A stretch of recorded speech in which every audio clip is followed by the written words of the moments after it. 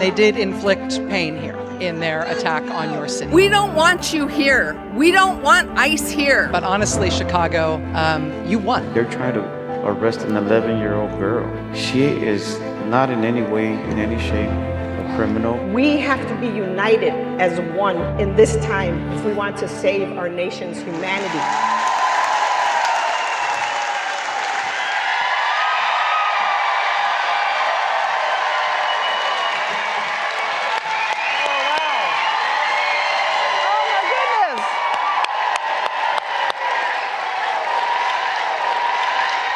Wow. Oh, wow. It's very exciting to see you all. Wow. Whew. Thank you. Oh, hi. So I have to let you know, when I do TV shows, it's just me and this nice lady named Jackie in the room. She's the only other person in the room. She's running the camera and stuff, like moving stuff around, and that's it. And I know you are out there. I can see through the TV, theoretically, in my mind's eye, but I can't actually see your faces. So seeing all your faces here is very exciting. Yeah. Thank you all so much for being here. I love you too. I love you more than you love me, but it's okay. So this is our first ever live event as MS Now, which is very exciting. We are at the Joan W. and Irving B. Harris Theater for Music and Dance. It is a stunningly beautiful place, and we are here tonight for talking about democracy. And honestly, what better place to talk about democracy than Chicago this Friday night, right? When the leaders of Operation Midway Blitz have just hightailed it out of your town.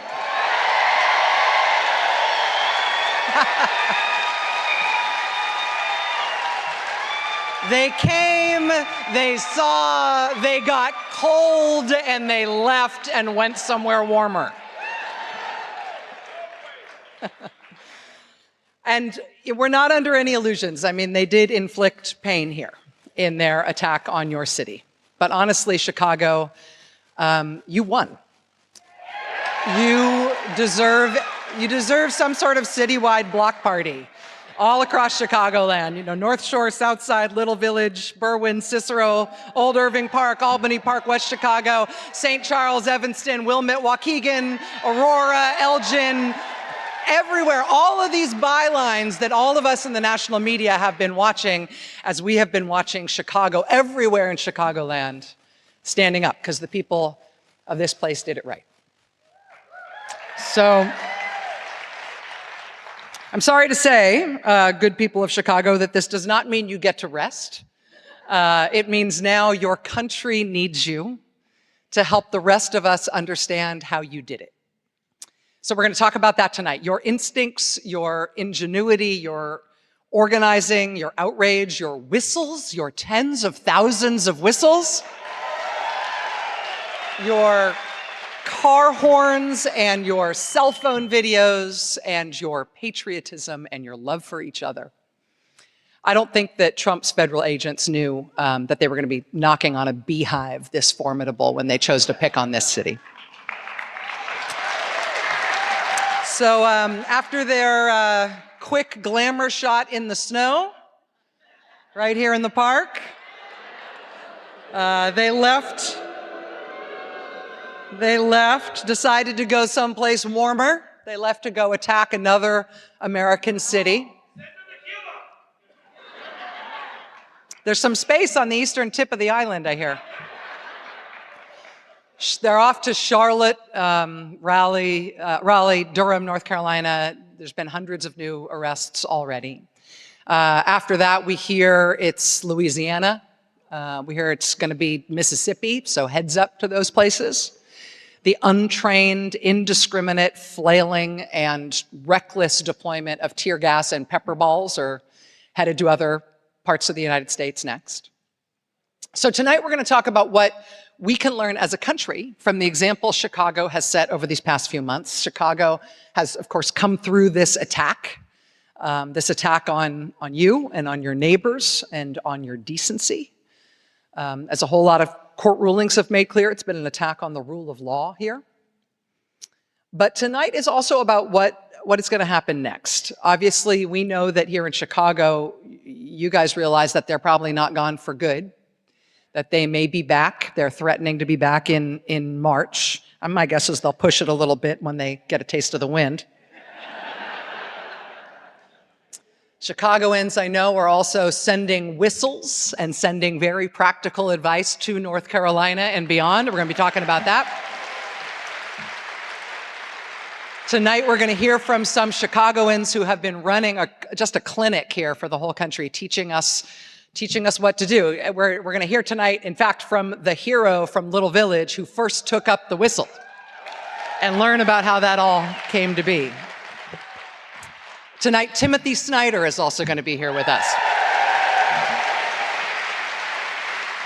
The legendary historian who now teaches at the University of Toronto. His most recent book from last year is called On Freedom. It's about what it means to be really free. He also, of course, wrote one of the most influential playbooks in the world for resisting tyranny and defending democracy. On Tyranny is a short little book. It is small by design. It fits in your pocket.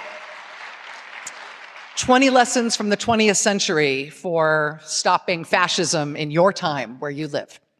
Tim published On Tyranny in February 2017. Since then, this little book has found its way into the hands of millions of people. It's found its way into the hands of a pope, Pope Francis, himself a friend to immigrants everywhere. Tim gave him the book in Spanish, which was Pope Francis's first language. Tim's ideas have gone everywhere. He has consulted with President Zelensky in Ukraine's fight against tyranny. He has consulted with President Biden's ambassador in Kyiv. He has talked to the World Economic Forum and the UN Security Council. And he has spoken at the big No Kings rallies. Maybe you saw him there. On Tyranny has been read aloud by Trevor Noah on cable TV and by Rachel Maddow on what is now called MS Now. It has been discussed in the German parliament. Its first lesson appeared as a poster in Hong Kong, where the fight for democracy has been long and very painful. Do not obey in advance. That same lesson, which is lesson one from the book, was read aloud in the United States Senate. Senator Richard Blumenthal exhorting his colleagues this year. He said, "Do not anticipate what a dictator wants and accede to it in advance. Do not obey in advance." Whenever you see those words, "do not obey in advance," you are seeing Tim Snyder's ideas at work in the world. And that admonition has wormed its way into all of our consciences, right? Start by not giving in. Lesson one.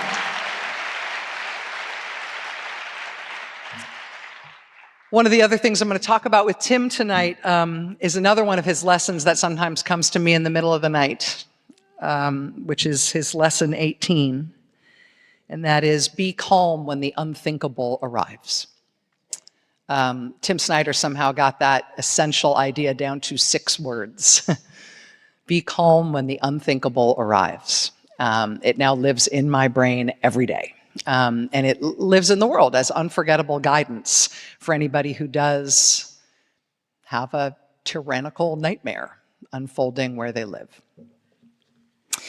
So On Tyranny has now been printed in dozens of languages. I think Tim is going to be happy for you in Chicago to know that he started it on this shred of a napkin. Rough edges and all, in November 2016. Trump had just been elected. Tim had a napkin, so he grabbed that, and it became something that I really do think ultimately changed the world. Here in Chicago, in Little Village, somebody else grabbed a whistle, a green plastic whistle and an orange lanyard, and something that small may have now changed the world as well. You can see that whistle around this man's neck. here in this photo from the Chicago Trib.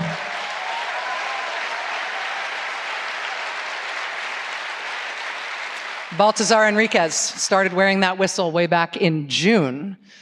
Little Village, venerable Latino neighborhood, Mexican-American neighborhood. Mr. Enriquez serves there on the Little Village Community Council. He told the Tribune the other day that people used to ask him, what's a whistle going to do? And he said, well, the whistle is in case immigration is around and you start blowing. The whistle is for people who are undocumented to go away, to lock their doors, to lock their gates, and not open the door. And what Baltazar Enriquez is doing with the whistle and honestly, with that interview with the Chicago Tribune as well, him talking about it, him explaining it, him implicitly encouraging other people to take up this tactic if they agree, this is genius. It is very practical. And in Tim's book, it is lesson number 8, which is stand out.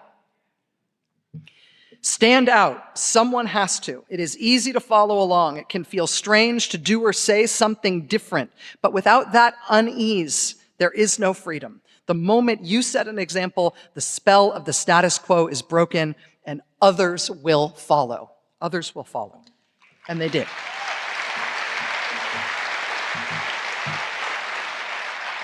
So the whistle as a form of defense and resistance is now everywhere in Chicago, miles and miles away from Little Village where it started. The whistle is everywhere now because it works. Everybody knows what it means.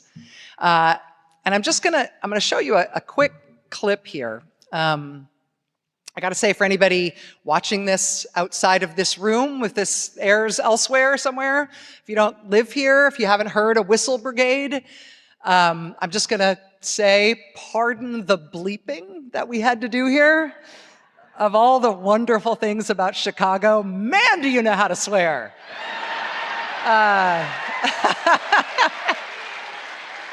Swearing in every sentence, even when you're telling somebody you love them, you're swearing at them. So Chicago, I love you, and it is hard not to love you for this, but anyway, pardon the bleeps.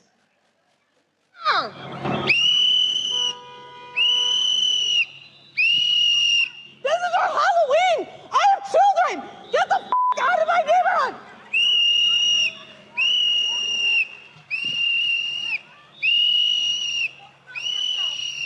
Get the f*** out of here! I have children! This is our f***ing Halloween! How could you do this? How could you do this? Get out of here! This is our f***ing Halloween! My children are terrified! Get the f*** out of here!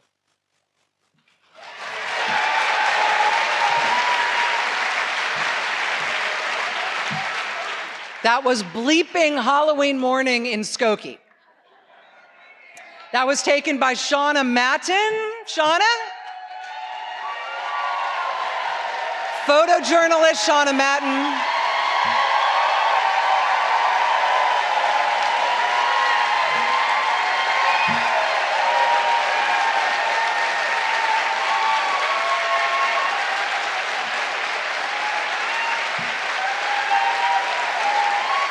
Let the record show your neighbors appreciate what you have done. Shauna told us that school was out that day, so kids in the neighborhood, including her kids, were all home with their families getting ready for Halloween. And these agents turned up and tried to grab 2 men, Spanish-speaking men, who were working outside in the neighborhood. They are U.S. citizens. She said the agents accosted them, and then ultimately let the man go. Shauna serves on the local school patrol. She's one of many volunteer groups that stand guard at local schools throughout Chicago now, warning people if Trump's ICE agents, his masked agents, show up.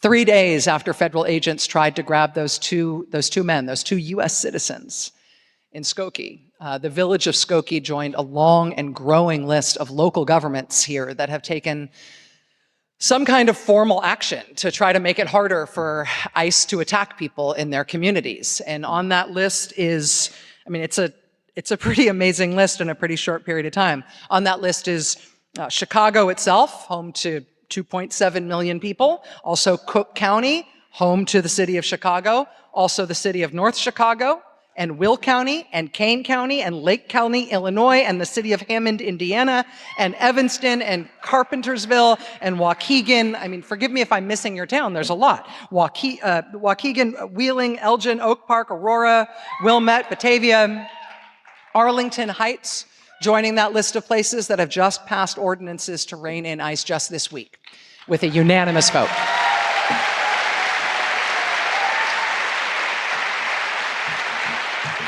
Most of these local measures came into being in the weeks after 300 federal agents inexplicably brought a Black Hawk helicopter to an apartment building on the south side like they were invading Iraq or something. They rappelled from the helicopter because I'm sure they thought that night they arrested 37 immigrants for supposedly being gang members. ProPublica reports that more than a month later, federal prosecutors have not filed one single criminal charge against anybody they arrested that night. The government only even tried to claim that 2 of the people they arrested were in a gang, and they did not provide any evidence for that. And the evidence that is publicly available on those people does not support those claims. So the administration wants you to believe that they are catching the worst of the worst. Last week, the Trump administration produced a list of 614 people arrested in and around Chicago without a warrant or probable cause. 614 people. Turned out 598 of them had 0 criminal record at all. So I don't know what kind of welcome this apparently untrained, wholly chaotic, masked fake army expected when they got here and they started pouncing on brown-skinned Chicago residents, people just trying to do their jobs, just trying to take their kids to school, just trying to live daily life. I mean, chasing a preschool teacher into her school. Yeah. Firing pepper spray into a family's car. Shooting a pastor with pepper balls outside the ICE prison as he prayed for them. Arresting parents with young children in a park, the same park we are sitting very near right now in this theater. How did they think people would react? I mean, did they expect 1,000 different group chats would cohere independently and instantly into a wall of, oh no you don't, not here? I don't know if they expected that. Did they expect the school patrols and the helicopter spotters and the drone spotters and the 3D whistle printers and the mutual aid groups that ride around on bikes and buy out the tamale stand so the tamale vendor can get back home to safety?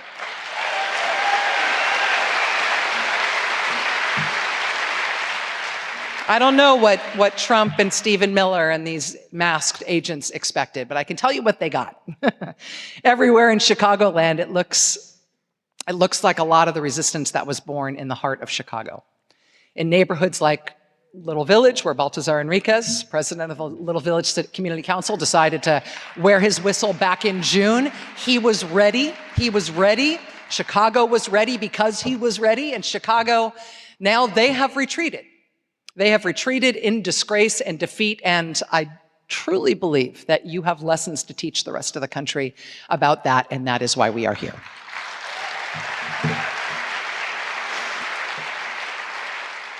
All right, the threat is, as we said, bound to return, maybe here again in the spring, now already elsewhere in America.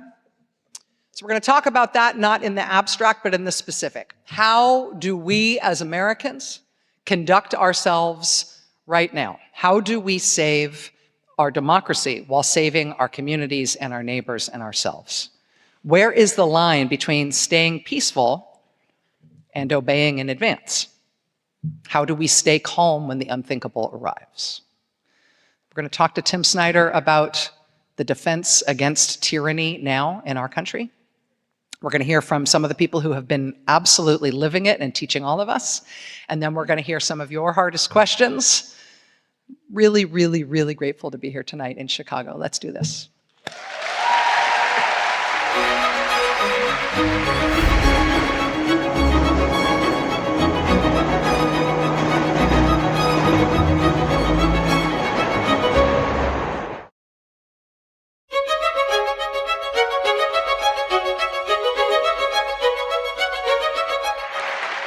Ladies and gentlemen, may I introduce Professor Timothy Snyder.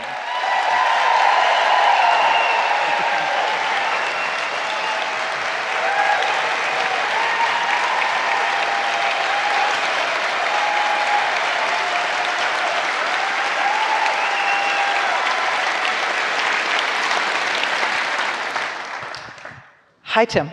Hey, Rachel. As a scholar of tyranny and resistance to tyranny, how do you think Chicago's done these past couple of months? Okay, first of all, before I answer that, I mean, really well, but I just responding to what you say and what you did, I just think it's really important that you're here doing this. I think that people who are known nationally have to go local now and have to go live, because democracy is something that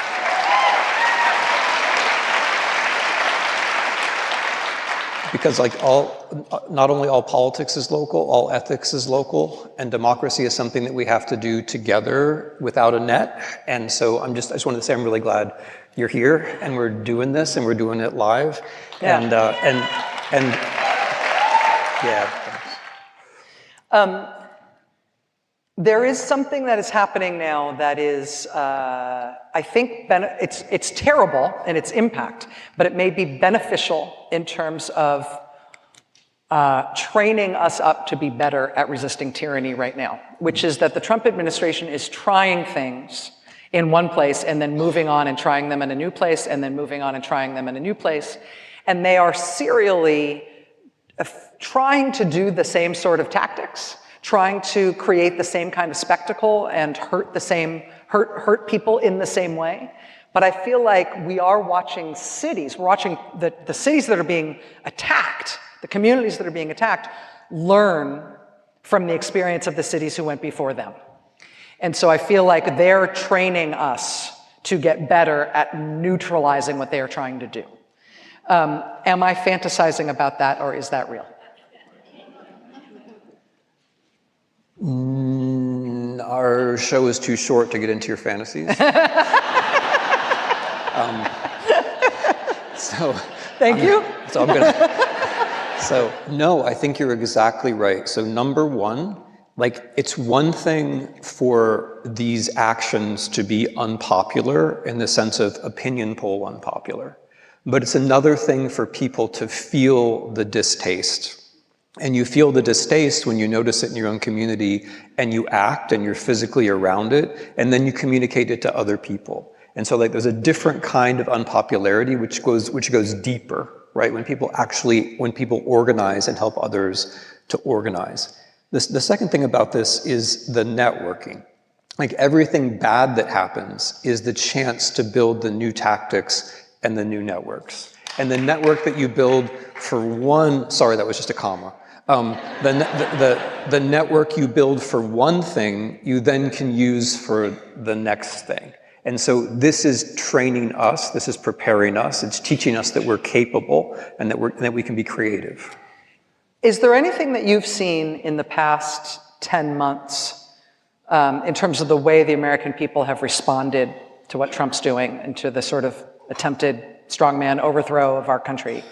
Is there anything that we've done that we should cast aside, that we tried it, thought it might be a good idea, not working, bad tactic, shouldn't use that, it was counterproductive? I mean, in the real world, no, and not in the real world. I think the main thing that we do wrong is that we underplay the physical world. In your opening remarks, everything you talked about had something to do with the physical world. Yeah. Right? And the trick with the internet, we all live with it. We all have to live with it. We have to turn it to our own purposes. And the thing that we do wrong as a people is that we spend too much time on the social media and we don't treat it as an instrument. Right? In times like these, you have to use it as a tool. It's there to get you and other people to do things in the real world. And so when you're on the internet, you have to ask yourself, am I using this to get myself or other people to do something in the physical world? Am I using this to bring people together physically? Because if you're not, then you probably shouldn't be doing it. And so the physical stuff has pretty much all been good. But we've been too slow. Like, as a people, we've been too slow. We've given them too much time. And I think one of the reasons we've given them too much time is this.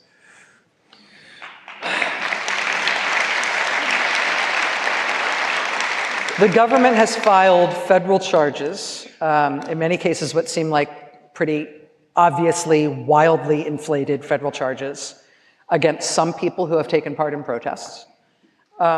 What do you think that our national reaction should be to those prosecutions and relatedly to the administration's efforts to characterize all these overwhelmingly nonviolent protests against them as if they're all riots and they're all constructed, nefarious, criminal, dangerous things? Yeah, I mean, we should all know, and I'm sure we all do know, that this is how authoritarian regimes react to any kind of physical opposition. You get characterized as terrorists and criminals and foreigners and so on. This is absolutely authoritarianism 101, and we should help make sure that in sensitive issues like this, the media don't just repeat what the leaders say, because when they repeat it, they normalize it. A second thing is to make sure that we have the positive language on our side, that we recollect that not only in this country, but pretty much everywhere, there isn't progress towards these things that we like to call freedom and justice and democracy without some friction. It just never happened. Like, from every moment, your preferred moment in American history, whatever it is, the women's suffrage movement, the civil rights movement, whatever it is, there's friction. There is always friction. And so we have to have the positive language. The third thing is we have to help people be heroes. Nobody's a hero on their own. Like, somebody does a little courageous thing, but the people who make them heroes are the ones who donate to their legal defense, or the ones who write the articles about them, the ones who celebrate those little acts of courage. That is on us to do, because you mentioned a number of people, but there are more people who could be mentioned, right? And we need to prop them up. And the final thing, I think, legally, and I'm just talking to all you lawyers out there because this is Chicago, and like a lot of you are going to be lawyers, we have to go on the offensive legally. We can't just keep waiting for them to sue us and prosecute us. We have to find ways to file civil suits against them, which are going to be more plausible than their suits against us, and get them on the back foot and consume their resources and force the press to cover our suits against them. We're winning a lot of cases defensively, and that's great, but I think we should be going on the offense as well. Because, like, the things, yeah.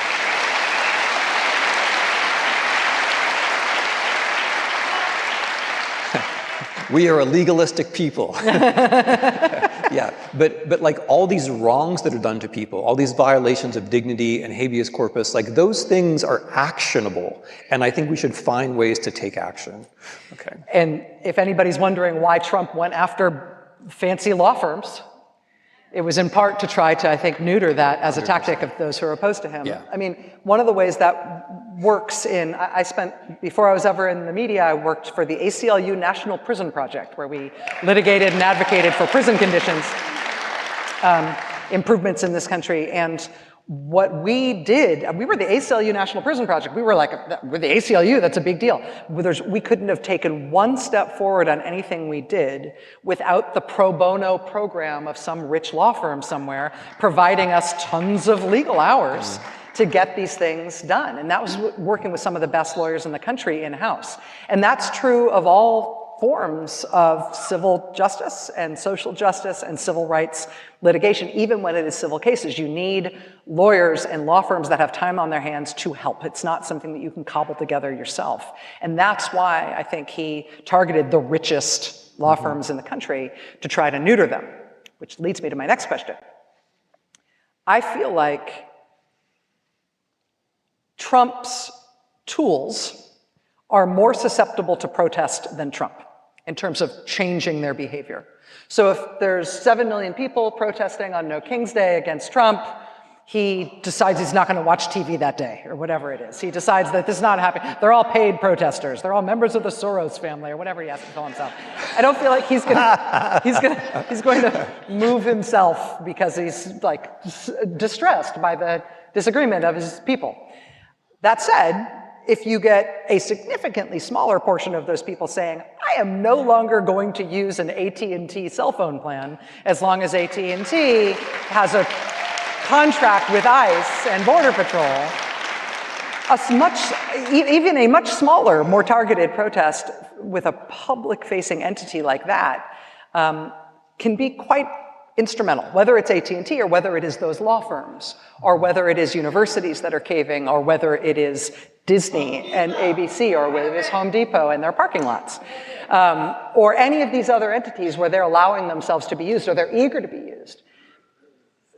I see tactically, Tim, how protests targeting those types of tools of Trump would work, and yet I also worry about the fragmentation of the message and the fragmentation of tactics into having too many different targets.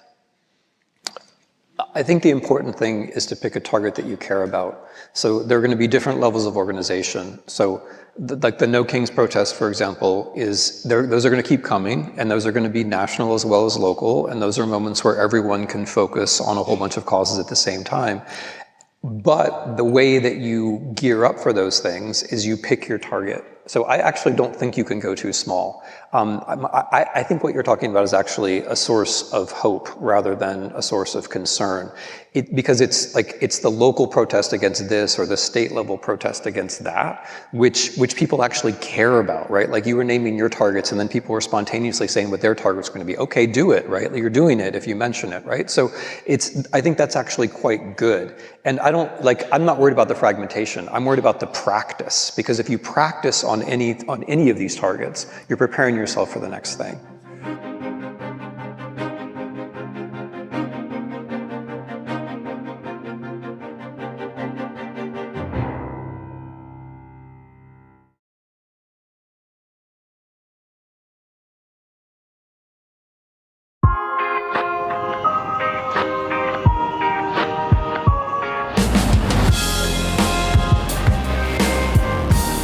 How do you think the judiciary has been holding up? Well, it's a mixed bag, right? As a lawyer, they're screwing up totally. There's so much we could do with that, what you just said. But definitely put us down for a quarter billable hour. Yeah. Yes. Or it's exactly 7.5 minutes. Yeah. Okay, first of all, with every branch of tactics, there will be people who say it's not worth doing that thing because that thing isn't going to solve it, right? We're not you, you're all very wise, but we're a consumer-minded nation, and we want to push a button, and we want something to come out of the vending machine and for it to be over. And there is no one political tactic which gets you that. You need a whole bunch of things at the same time. You need protest, you need boycotts, you need local organization to protect vulnerable people, you need the law, you need to win elections. There are all kinds of things you have to do, and you have to do all of them, and if you're working towards any of those things, you're doing fine. So with the law, I want to say that all of this work to file lawsuits that people have been doing is very much worthwhile. We have won a ton of lawsuits, and sure, maybe the judiciary isn't working the way we would like, but frankly, in this first 7 or 8 months, we have won more lawsuits than most people would have predicted. And we've gotten better opinions in many cases than most people would have predicted, including from judges appointed by Trump himself, including from judges appointed by other Republicans. And I want to connect that back to protest, by the way, because all of these things are connected. If you care about the rule of law, it makes it easier for judges to care about the rule of law. And if they care about the rule of law, it makes it easier for you to care about the rule of law. But every American who does something in defense of the Constitution is actually making it easier for the judiciary. I would separate out the Supreme Court from everything else. In most countries, the Supreme Court is the good guys. That's the weird thing about our case. Like in our case, the Supreme Court are the people who have like this huge supply of magic dust, which like whenever something reaches their desk, they throw up the magic dust and they say, okay, now this is what we're going to rule, right? Or they have this other thing, the the shadow docket, we're like, okay, like it's very quiet now and we're gonna decide something and give no rationale. So the judiciary, I actually think it's been very worthwhile to do what we're doing, better than one might have expected. It's worth it, although there are a lot of lawyers out there who could be more courageous and do more things than they're doing right now. And the Supreme Court is not just wrong, it's also weak and therefore vulnerable to larger currents in society. I'll put it that way. In terms of the Trump administration's interactions with the courts, we've seen I guess the taboo is gone now in terms of naming individual judges, putting them in crosshairs, targeting them and their families. Like that's just a matter of course. We saw sort of feeble pushback along those lines from Chief Justice John Roberts early on. It had no effect, and so now he doesn't say anything about it anymore. We are also seeing the Trump administration sneering at the courts and sort of small-scale defying the courts in individual cases. And I say small-scale in the sense that they're not proudly and openly defying the court and saying, we're gonna defy the court and here's why. They're instead just sneaking around and lying to the courts and trying not to get caught for it and coming up with excuses. Do you think that we are headed toward open, braggadocious defiance of the courts? And do you think we should see that as an important red line, or is that just somewhere else on the gradient? I think that it's interesting because they're very passive aggressive. Like it's like they defy the courts the way a sophomore in high school defies the principal. They do it, but they're maybe not proud of it, or like they brag about it one day, but then they're not sure on Monday how they feel about it. So it's interesting because I think they're in this gray zone where they talk big about not caring about the rule of law. So for example, when the president says that, Democratic lawmakers should be hanged, that is talking big about not caring about the rule of law. It's hard to, or when they murder people on the high seas, right? They are violating the rule of law. On the other hand, they can't quite get themselves to say that we're going to rule by lawless king. They don't have the theory, they don't have the apparatus, they're not exactly sure how it would work, and they're not sure why anybody would listen to them. So I think it's an interesting issue because it could go either way. My own view is that we are the ones who have to empower the courts directly and indirectly. I do think it would if the Trump administration says we're no longer going to obey the law at all, that would be a red line. I actually see the fact that they haven't gone that far as a surprisingly good sign. Yes, I agree. Like it's very good. It's very easy to talk about all the things that have gone terribly wrong, and that is, my day job, I feel like many days. But it's interesting that that this much time has gone by without them actually making a direct statement to that effect. They haven't declared a state of emergency. They haven't declared a state of war. They haven't invented some kind of martial law. And every week they don't do it, I think it becomes harder for them to do. Or every week they don't do it, the crisis in the real world they would need to make it happen becomes bigger and bigger and bigger. So that I feel some reassurance on these lines.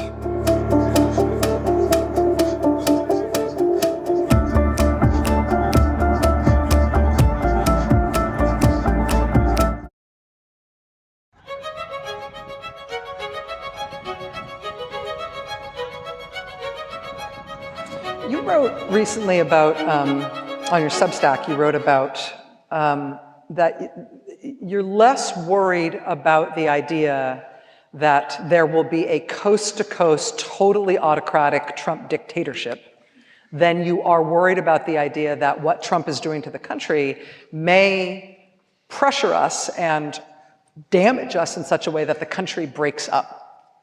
Yeah. I wanted to know if you could just elaborate on that a little bit.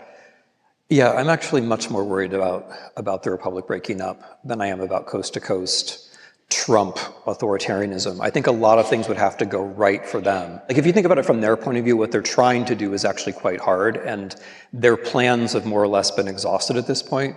But what I think we're in is this kind of gray zone where in pushing for coast-to-coast authoritarianism, they could break things. right? So part of that, I mean, reason number one is that they're doing this very unusual thing historically, which is breaking the government as they make it more oppressive. That is not usually how you do regime change. You usually keep the government going and make it more oppressive. But they're breaking the government, which means that there will be crises. I mean, sad to say, and I wish knocking on wood could stop it, but there will be epidemics. Terrorist attacks are much more likely. There are crises which could redound against the notion of having a central government because the central government has failed so badly. Also, if you're in states like California or Massachusetts or New York, right, or possibly Illinois, at a certain point you begin to wonder what is the cost-benefit analysis of this whole thing that we are in, right? Maybe we haven't reached that point yet, but goodness, I mean, you're paying an awful lot of tax money that goes to, you know, other parts of the country or is just being pocketed by people around Trump. And at a certain point, one begins to wonder what the point of all that is.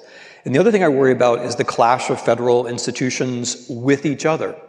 Because as Trump or the people around him, you know, Miller especially, push federal institutions to do things they weren't meant to do, then they can start to fracture. So, also I'm worried about the economy. So like you put these things together, and I think the risk is greater that we'll have some kind of crack up. And the main reason though, Rachel, I'm worried about this is the fundamental naivete of the grifter. So like when you're infinitely cynical, you're also infinitely naive. And if you're a grifter and all you've ever done your whole life is grift people, then you live inside a grift bubble.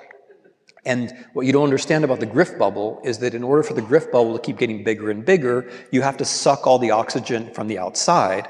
You don't understand that your grift has limits. You think you can keep doing it and doing it and doing it, right? So let's say that you're a person who was never rich, but pretended to be rich and became president by pretending to be rich and then got rich, and that was your grift. Or let's say that you're a person who said that you understand about poverty, and poverty is the result of gay people and billionaires and immigrants, and then you rise to power thanks to a gay billionaire immigrant. Let's say that's your stick.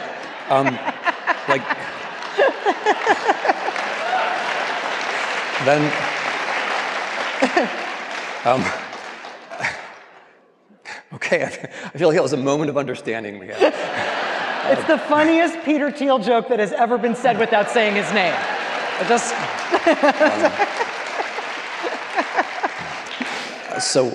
But the thing is, if you've gotten away with that, then you think you can get away with anything, right? And that is their mentality. Like the grift bubble gets bigger and bigger. You take bribes from this dictator, that dictator. You do these absurd things. You try to make money on peace talks, like things that are unprecedented.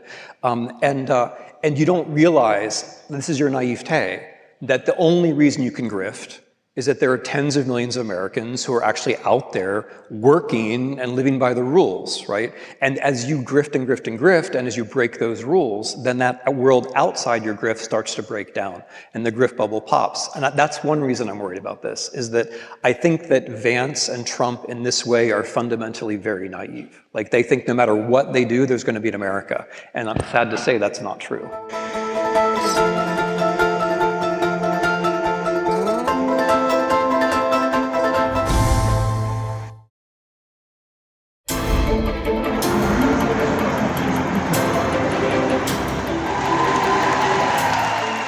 We're going to be joined by a couple of people who have been doing the work here on the ground in Chicago. Baltazar Enriquez is here tonight. A little bit. Everybody now blows a whistle when they see immigration agents from Chicago to New Orleans. And Baltazar is here tonight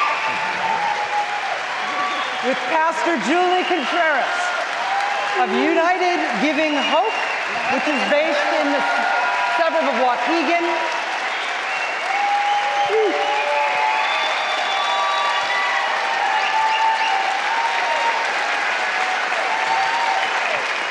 Pastor Contreras ministers to migrants and their families throughout Chicagoland. Again, Pastor Julie Contreras, Baltazar Enriquez, we are honored to have both of you here. Thank you so much for being here. Thank you for having us.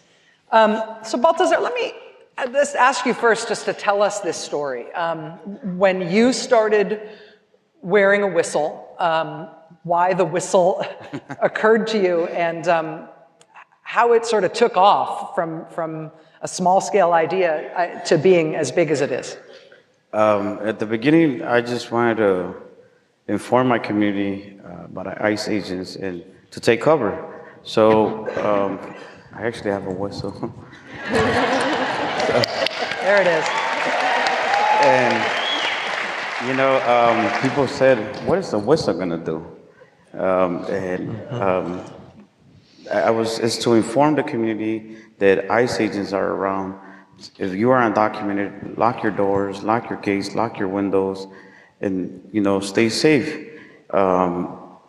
And people were still doubting that. And then we talked to our brothers and sisters over in LA, and they said, Baltazar, when they came like savages. And they came through our schools, through our parks, and our hospitals, and they turned off the cell phone towers with a stingray. And then I said, well, you can't turn off the whistle because...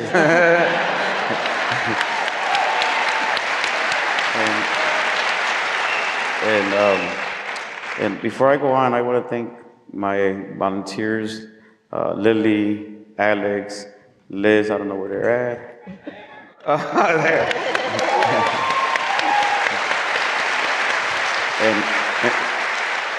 And I also want to thank my mom because she's so scared for me, and you know, but my volunteers are what made this campaign happen. I was just the one with the idea.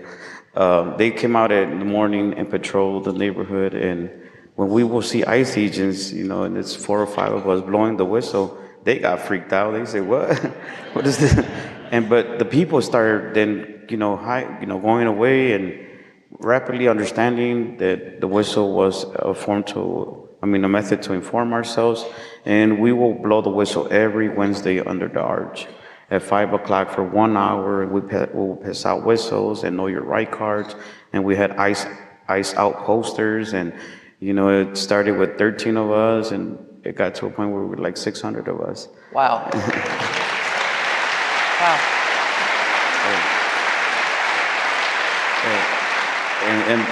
And the movement grew like wildfire. People were now passing out whistles on the north side, on the south side, in the suburbs. And, it just became a method to fight this administration, to fight Gregory Bombino, and without guns, without violence, without impeding, but we were going to blow our whistles. Yeah.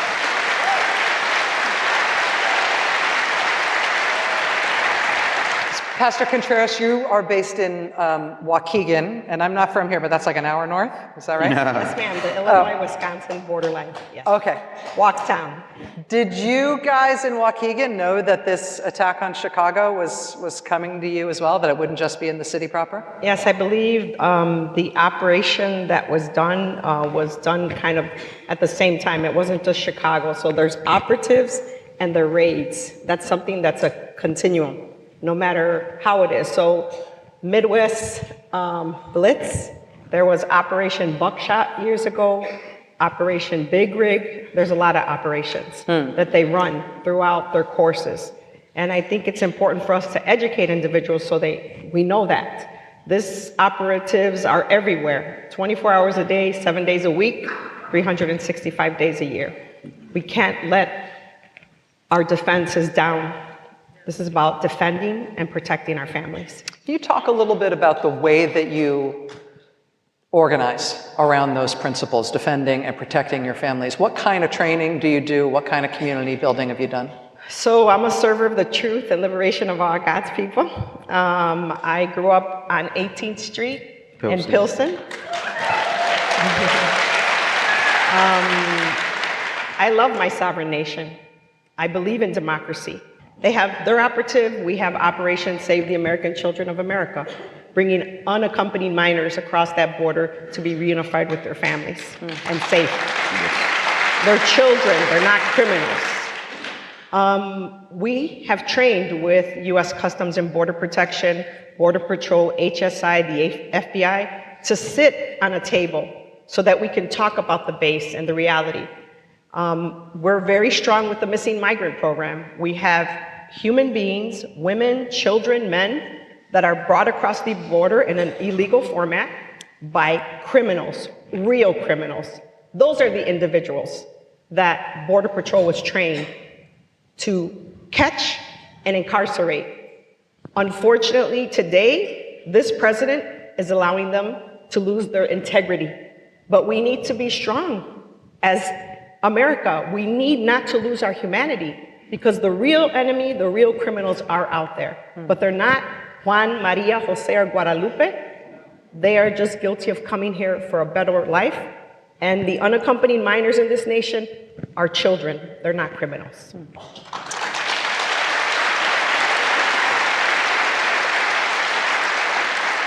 Balthazar, one of the things that seems really important about the organizing that you've done in Little Village is that this is not organizing that started when Operation Midway Blitz started. This is even the whistle specifically started this summer in June.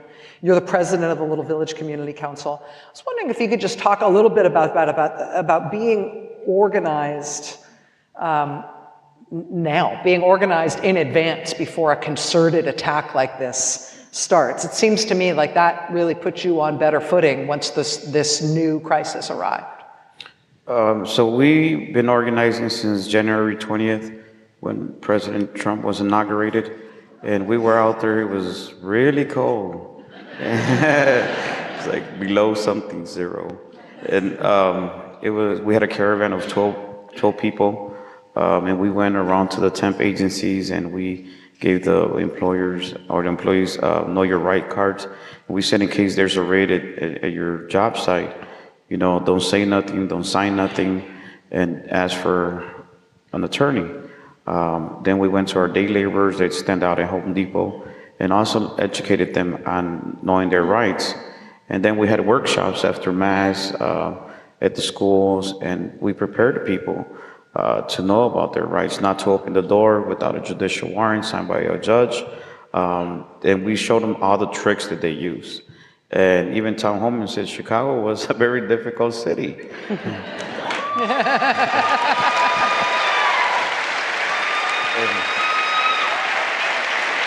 And I have to say, we have to educate our community because education is key. If you're educated, they're not going to do much to you. But if you're not educated, they would take advantage. And that's why so many people has out-of-report themselves, because they didn't know that they have rights. And right now, we're educating our community about the Constitution. What is the purpose of the Constitution? And we have to defend the Constitution from foreign and domestic terrorists.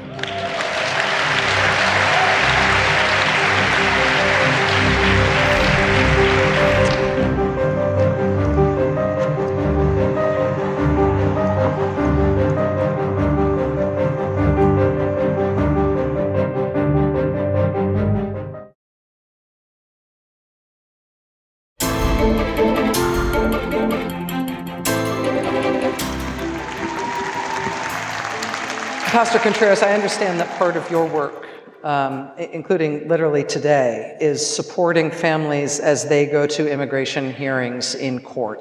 Yes, ma'am.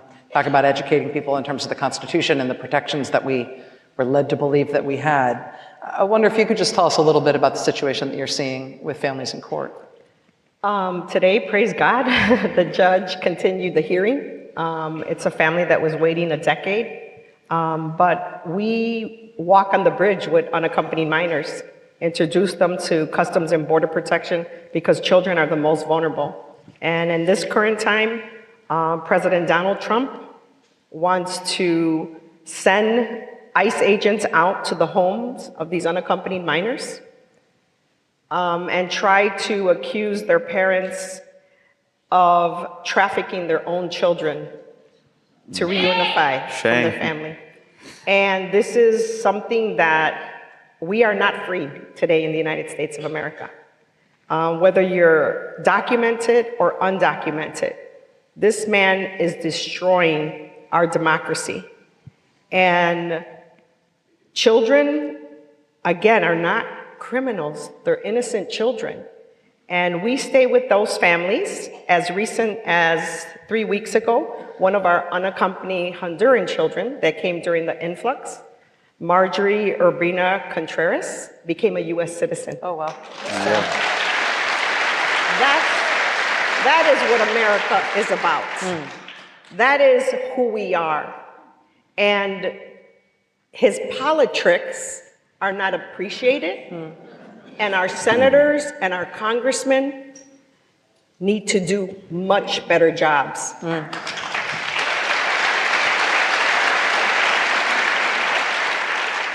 Balthazar, I wanted to ask you about something that I think has made a lot of people in Chicago mad, at least from me trying to follow what people are talking about here and what we've been covering.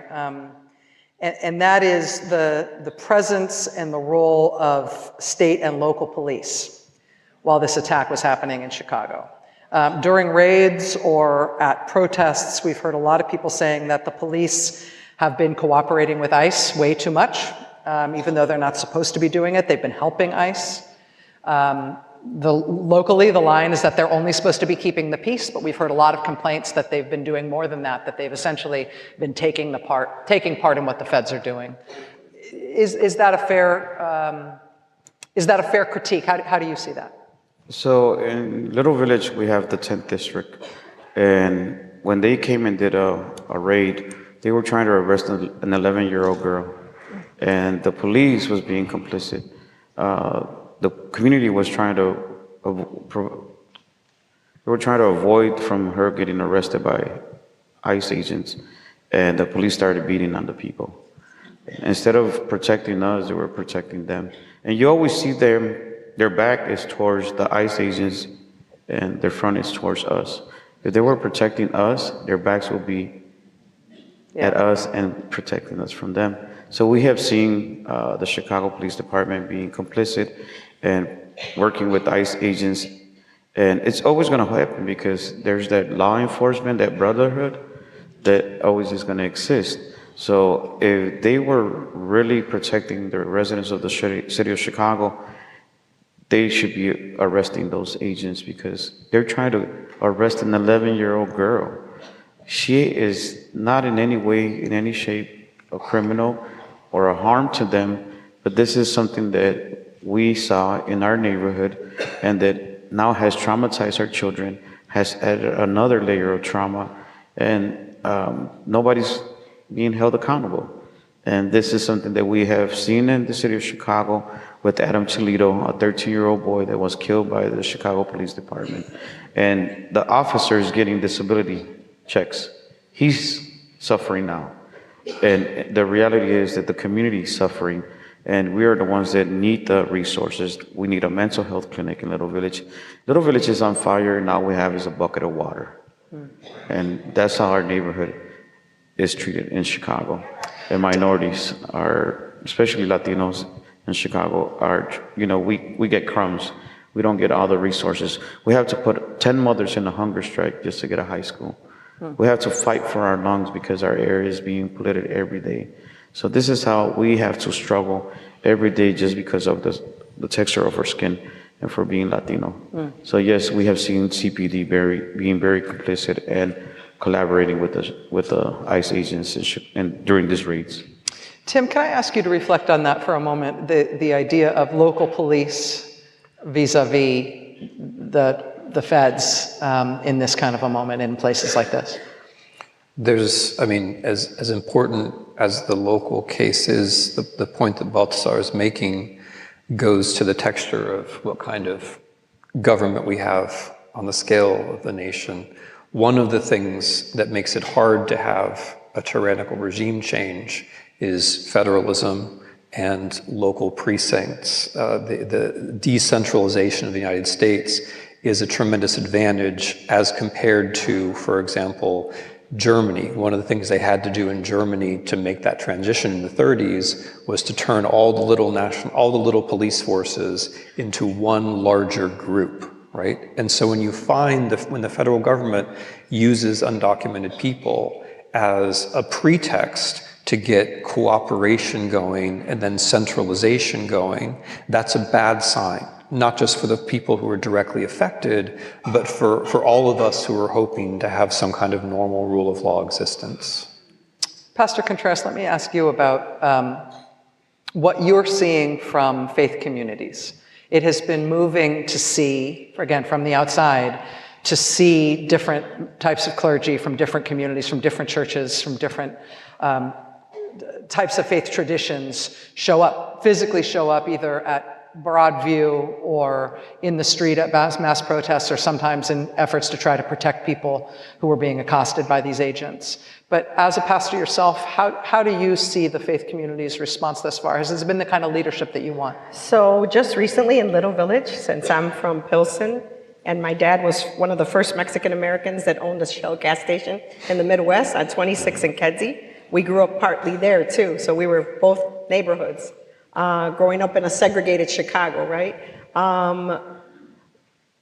I gave Baltazar a call, and we had heard that Commander Bovino was on his way to, I guess, box with Governor Pritzker.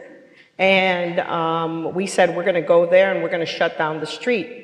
We had a few flustered aldermen that day, but we shut that street down with peace and prayer.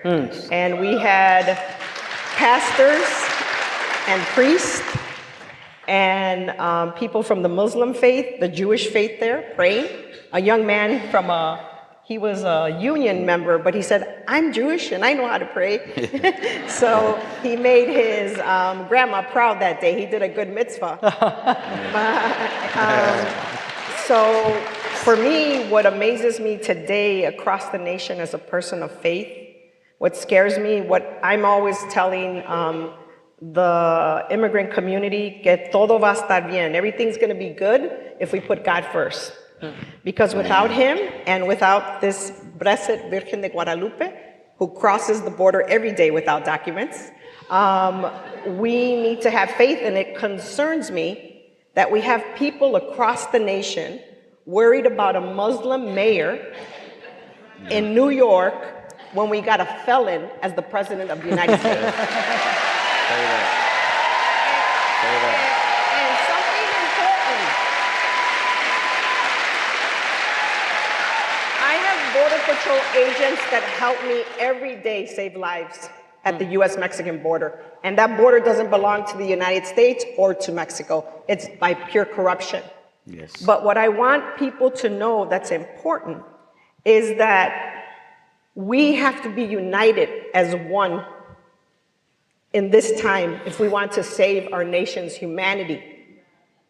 Democracy, it's going to be there, and the will of the United States of America, of our people, is going to be the law of the land.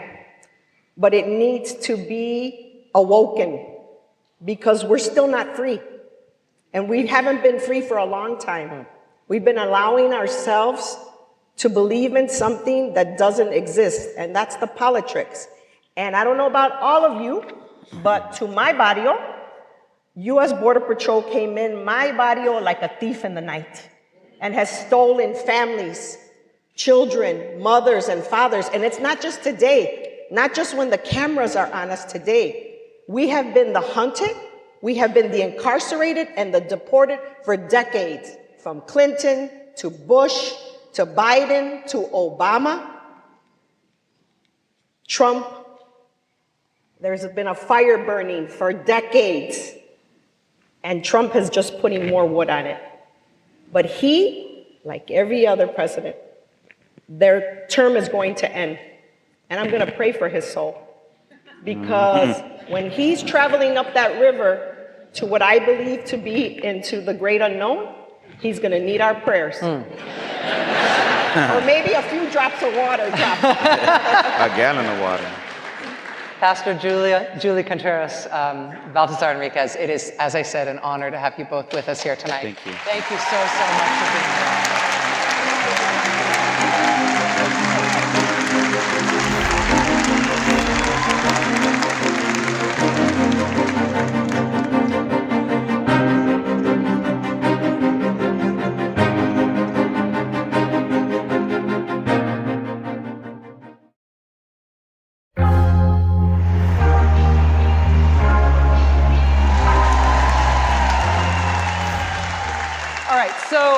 We got a lot of questions from you guys, really, really good questions in preparation for tonight's event. So we're going to go to some of those now, which is exciting. The first question I am told, I was told that I have to go to a specific first question from Dawn from Mount Prospect. And I was told that I needed to go to this one first, and I needed to know that this is Dawn from Mount Prospect. I have not seen this, but I am told that it is Dawn in this video. Are you guys looking for an actual person? What's that? Are you looking for an actual person? Yeah. Why is there a police helicopter for one person? This is crazy. Do you know where you are? Like, you're in the sleepy little suburb of Chicago. We don't want you here. We don't want ICE here. October 19th, Mount Prospect, Illinois. Dawn from Mount Prospect. Hi, nice to meet you. Hey, it's a pleasure. Hi. So I know you have a question for us. First of all, tell us what was going on there, and then tell us what your question is. So that was the day after the No Kings rally that I was a lead safety marshal at in Mount Prospect. I was absolutely flabbergasted that we had this massive ICE sweep in our little tiny neighborhood, just strolling down our sidewalks, claiming to look for an escaped criminal. They told me that they were looking for a murder suspect, a sex offender. In reality, we found out after the fact that they had conducted a raid at Walmart and somebody ran. Wow. That's who they were looking for, with a helicopter, 10 they looked like armed vehicles, and 20 military agents marching up and down our streets. When you shouted at that person and he hustled away, were you on your own? Was there anybody else around? At that particular moment, I was. You saw another gentleman walking towards me, but at other points in time, my neighbors came out of their houses and started shouting expletives.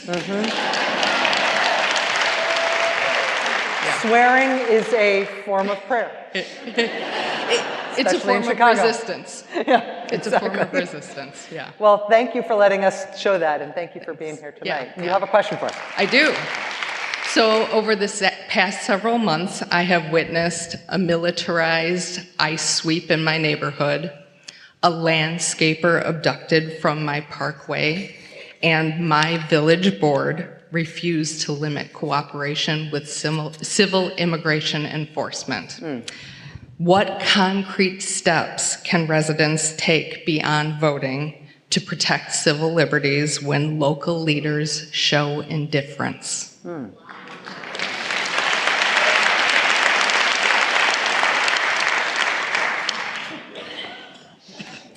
Okay. Number one is that the local leaders who show indifference have to be given names and profiles. And that means taking local media seriously. It means looking for people who have bigger than local profiles. It means trying to make the experience, which you've articulated quite beautifully, into an experience which a lot of other people understand. Taking what is local and making it seem bigger than local is a way of changing the local, right? A second thing to do is to take your experience and moralize it. Talk about what's right and wrong in the biggest possible terms. Change the atmosphere, the moral atmosphere around what's going on. That can have long-term effects as well. And the third thing, and you know this, or I'm sure very well, given what you've already told us about yourself, is to help the organizations. Because, yeah, the people you elect sometimes don't do the things you want to do, but as we know and as we have seen, there are groups that we can join and that we can fund, right? Sometimes a little bit of money can help as well. So those are my three little bits of advice. And then the other thing you know very well, since you're protesting and organizing, is that, and this is just kind of for everybody all the time, you just keep doing the thing, because the news is usually bad. The news is almost always bad, but you win by continuing to do the thing and by not giving up. Yeah. Yeah.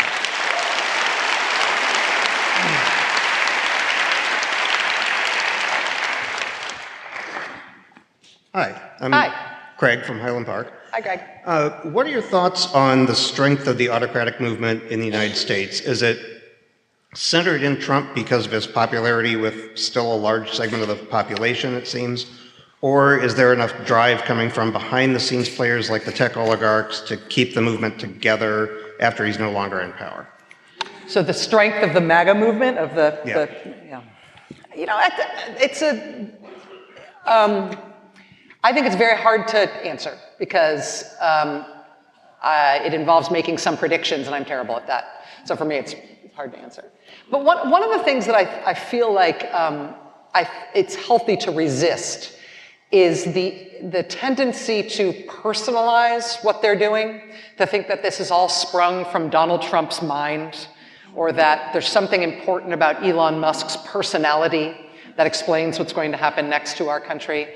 One of the things that I found really helpful in Tim's work is recognizing that all of these guys are the same, that they're all a really, really predictable type. And it doesn't mean that they're not individuals and they're not human beings, and I'm not trying to make them out to be less than that. But I mean, what Trump has done and what his project is for the country is exactly the same project as all of these other guys. I mean, they all have weird hair. They all like decorate stuff with gold, like even stuff that shouldn't have decorations on it, like put in dingleberries on everything. They all buy the media, right? They have their billionaire friends buy the media. They're all incredible thieves. They all have they are so in love with the sound of their own voice that their speeches start off at 45 minutes, and by the end of their first period of rule, their speeches are 4.5 hours, and they don't even notice that people are walking out. Like they have all of these similar characteristics. And so therefore, I feel like we can kind of just generically say like, oh, we've got a strongman challenge in this country. We don't need to get too into the various soap operas of what's happening between these guys, because I think it's power politics rather than it is personal.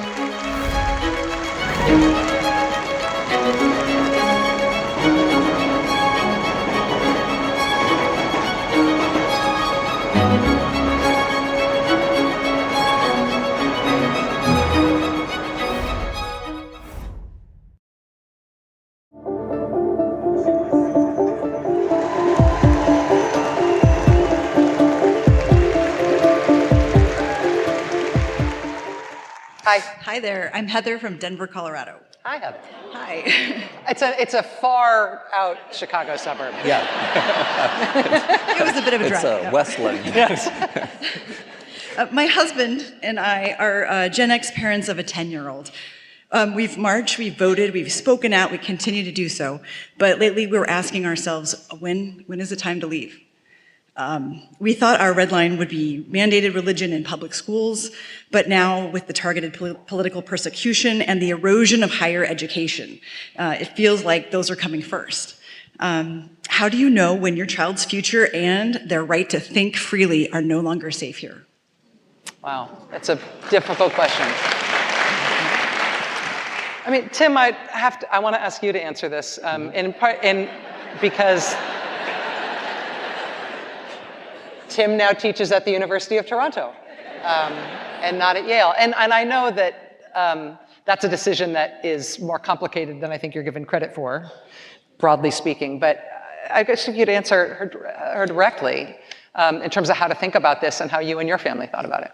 Yeah, I mean, it's hard to put those two things together because, like, in addition to this like political work, which Rachel's helping me to do here, I'm also a person, and like I kind of moved to Toronto because they have a major league team downtown. And I moved to Toronto because of things like it did have to do with my kids, but not for a very dramatic reason. And it had to do with my spouse, and it had to do with actually wanting to be able to organize my life in a way which is more public facing than Yale allowed me to do. And politically, honestly, I mean, since you asked, like it had to do partly with wanting to teach at a big public school rather than a smaller private school. So like I can't link these things too well. But what I will say is this: some people are going to go, And they may have good reasons for going. And it's very important when people, this is a history point. When people go, it's very important to keep the connections and to network, because domestic political opposition needs the things that people can do abroad. So sitting in Canada, I notice how a lot of conversations in my university are a lot easier than they are in American universities. That's just a fact. And there are public discussions, sad to say, which are a lot easier to have in Canada now than in the US. So if people go, you have to stay friends with them and take advantage of that and try to turn that diaspora into something positive. My general answer about the line, right? Here's what this is what I tell everybody, I'll tell you too. You have to decide the line for yourself. The trick is not deciding what it is. Here's the trick. It's actually doing the thing. So if there is a line, you have to write it down, tell your friends, this is the time I'm going to go. And then when you reach the line, if that's what you really believe, then you have to do it. Because it's like everything else, if you don't do what you think you're going to do, you will then normalize, right? So some people are going to go, it's going to happen. Some people already have left, and I'm afraid some people have left for very good reasons. But like with everything else, you can't normalize. You got to draw the line yourself. So, in the meantime, be as courageous as you can is one of the lessons of On Tyranny, and it's be as courageous as you can for a reason. Some of us are in a position to be more courageous. Some of us have reserves of courage. Some of us have support systems. Not everybody does. And it's very important that as we move into this situation where we're doing unconventional things, that we're also empathetic and we're also supportive. Right on.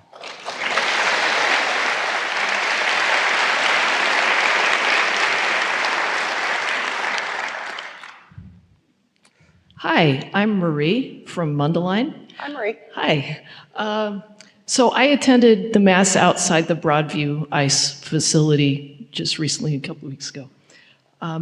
What are your thoughts regarding the election of a Chicago-born Pope at this crucial time in U.S. history?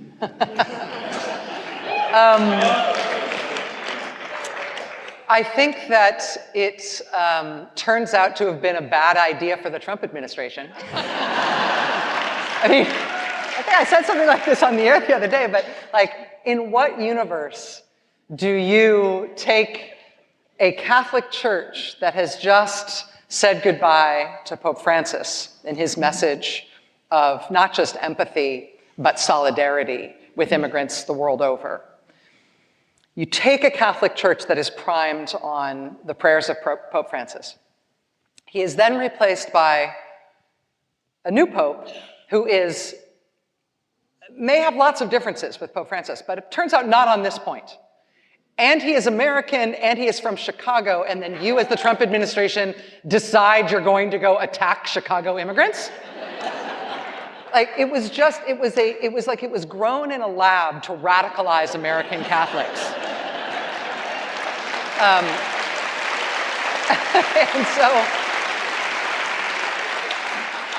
I was born and raised in a conservative Catholic family, and I'm a Catholic myself after having not considered myself that for some time, but I do consider myself to be back in the faith. And I think that one of the things that, if you are a member of the Catholic Church, the Pope and the actions of the Church and the actions of the bishops, honestly, matter in terms of how you think about morality and our responsibilities as Catholics and as Christians. But I also think beyond that, a Pope who speaks to a universal conscience and a universal heart can move the whole world, people of all faiths. And there is something about, whether or not you're a Catholic, there is something about the role of the Pope that is unlike any other role on earth. And if he can soften people's hearts and also sharpen people's vision on this topic, I think that he may change the world, and I think they will regret messing with them the way they have.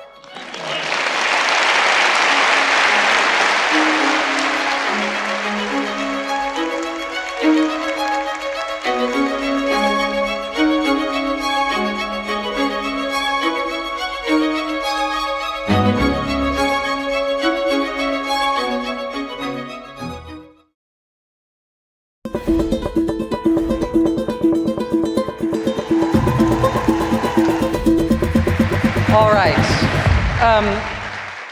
Tim, before we wrap up tonight, I was hoping that you would give us just some closing thoughts, such things to think about as we go home tonight.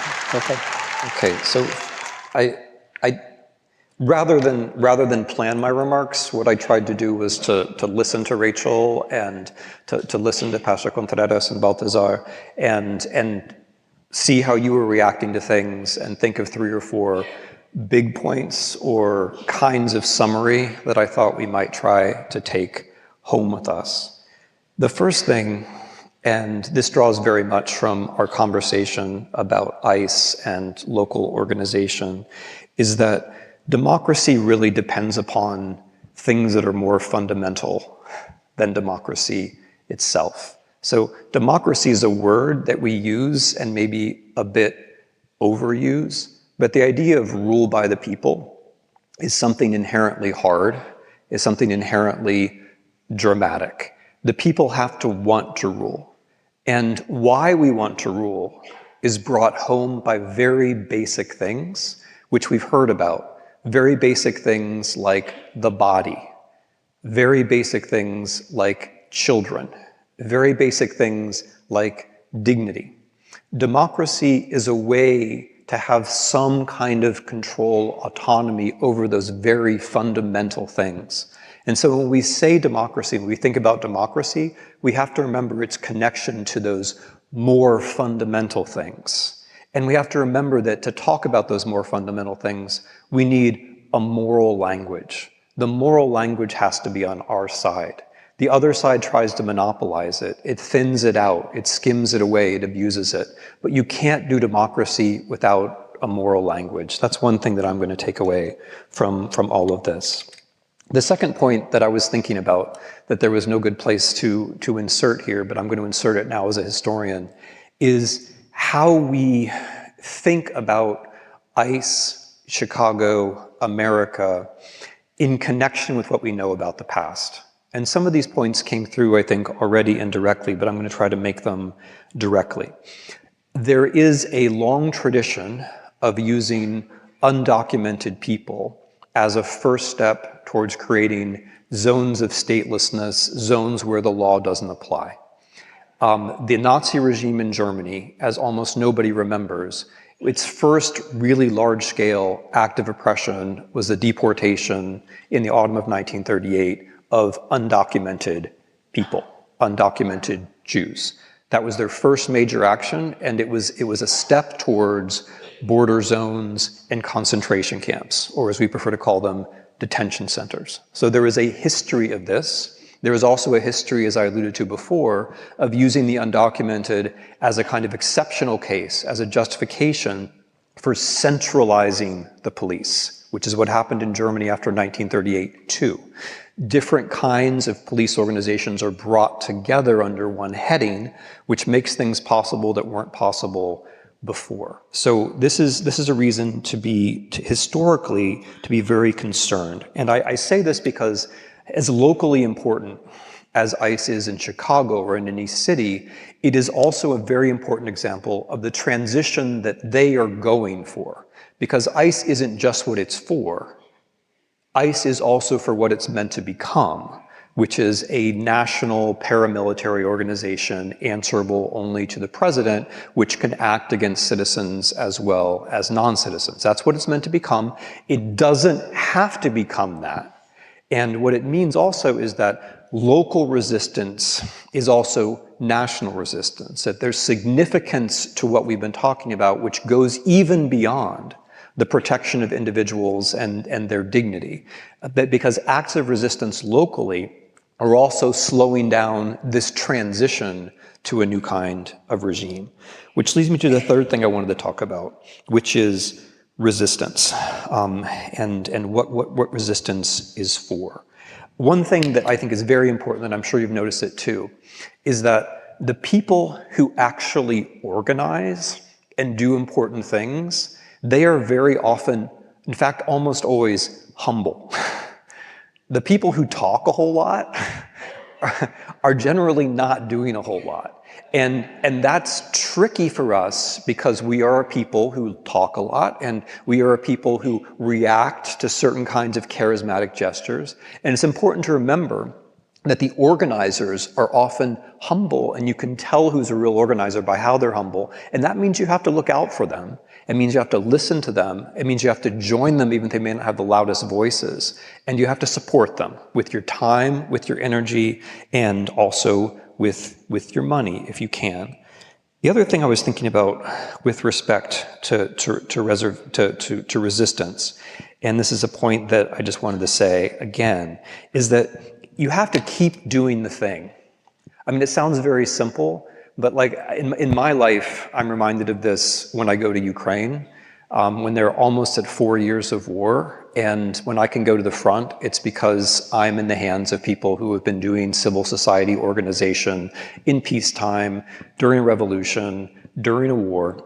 And I'm in relationships of trust, which people have built, and I'm not actually very worried. But the things that they are doing are absurdly difficult and risky far beyond what most of us hopefully will ever even have to contemplate. But they keep doing the thing. They just keep doing the thing, no matter how bad circumstances seem. And that's the lesson that Rachel kindly cited earlier in her remarks about being calm when the unthinkable arrives. Various kinds of unthinkability have already arrived. More unthinkable things will arrive. But resistance involves you still keep doing that thing. And I just want to stress, although I think many of you will already understand this, that to resist doesn't mean that you alone or your group have to do everything, right? We get demoralized by the Hollywood notion that there's one thing and there's a happy ending, we're going to solve it all. But the reason that's demoralizing is it creates the impression that you today have to solve it all. You don't, right? You today have to do something. You have to do it with other people. You have to do it in a zone where you feel somewhat comfortable, but also somewhat uncomfortable. You have to do it with people that you didn't always know before, and you have to keep doing it. And so long as we're all in that zone, I really do think that it's going to be okay.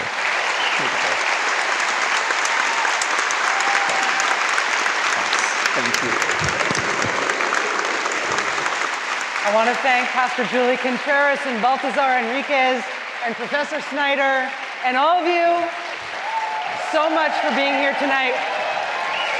We learned more from Chicago than you'll ever learn from us. We're so grateful for you. Thank you. Thanks, you guys. Thank you. Thanks, you guys.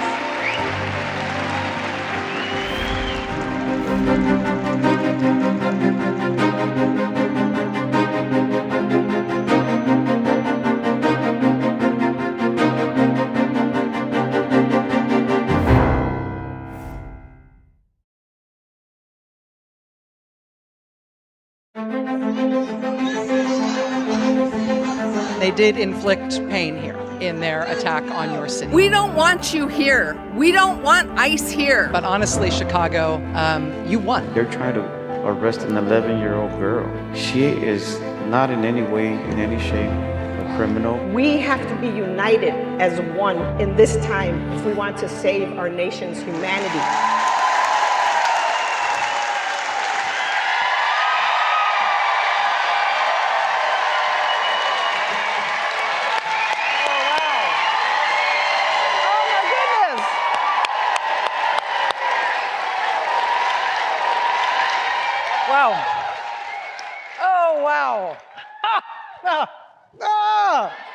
It's very exciting to see you all. Wow. Whew. Thank you. Oh, hi. So I have to let you know, when I do TV shows, it's just me and this nice lady named Jackie in the room. She's the only other person in the room. She's running the camera and stuff, like moving stuff around, and that's it. And I know you are out there. I can see through the TV, theoretically, in my mind's eye, but I can't actually see your faces. So seeing all your faces here is very exciting. Yeah. Thank you all so much for being here. I love you too. I love you more than you love me, but it's okay. So this is our first ever live event as MS Now, which is very exciting. We are at the Joan W. and Irving B. Harris Theater for Music and Dance. It is a stunningly beautiful place, and we are here tonight for talking about democracy. And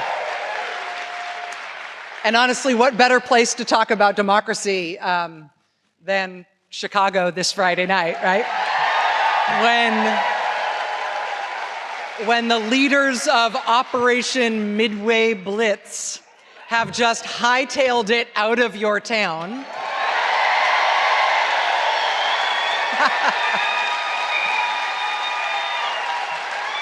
They came, they saw, they got cold, and they left and went somewhere warmer. And we're not under any illusions. I mean, they did inflict pain here in their attack on your city. But honestly, Chicago, you won. You deserve some sort of citywide block party all across Chicagoland. You know, North Shore, South Side, Little Village, Berwyn, Cicero, Old Irving Park, Albany Park, West Chicago, St. Charles, Evanston, Wilmette, Waukegan, Aurora, Elgin, everywhere. All of these bylines that all of us in the national media have been watching as we have been watching Chicago, everywhere in Chicagoland, standing up because the people of this place did it right. So I'm sorry to say, good people of Chicago, that this does not mean you get to rest. It means now your country needs you to help the rest of us understand how you did it. So we're going to talk about that tonight. Your instincts, your ingenuity, your organizing, your outrage, your whistles, your tens of thousands of whistles, your car horns and your cell phone videos and your patriotism and your love for each other. I don't think that Trump's federal agents knew that they were going to be knocking on a beehive this formidable when they chose to pick on this city. So after their quick glance